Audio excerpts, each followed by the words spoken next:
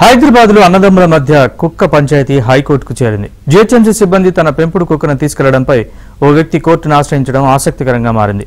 అసలు ఆ పెంపుడు కుక్క గొడవకు కారణం ఏంటి? ఇంతకీ బల్దియా అధికారులు ఆ పెంపుడు కుక్కను యానిమల్ కేర్ సెంటర్కు ఎందుకు తరలించారు?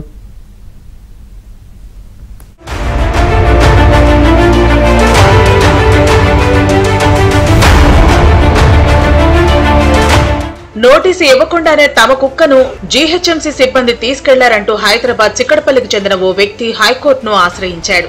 లైసెన్స్ ఉన్న తన పెంపుడు కుక్కను అప్పగించాలంటూ హైదరాబాద్ లోని చిక్కడపల్లికి చెందిన ఈబి దక్షిణామూర్తి వేసిన పిటిషన్ను హైకోర్టు న్యాయమూర్తి విచారించారు. తమ పెంపుడు కుక్కను తీసుకుని వెళ్లేటప్పుడు నోటీసు కూడా ఇవ్వలేదని, దానికి వైద్య అవసరాలు ఉన్నాయని, తీసుకువెళ్లిన కుక్కను కోతులు ఉండే బోన్లో పెట్టారని పిటిషనర్ న్యాయవాది వాదించారు.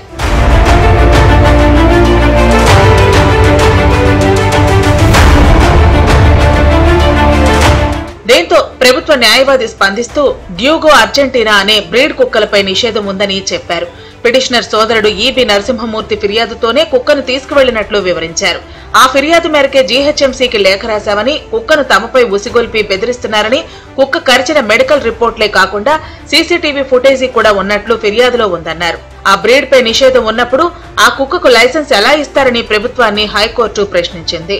నిషేధ ఉత్తర్వులు అందజేయాలని సూచించింది. కుక్కను యజమానికి అప్పగించాలంటూ జీహెచ్ఎంసీకి మధ్యంతర ఆదేశాలు ఇచ్చింది.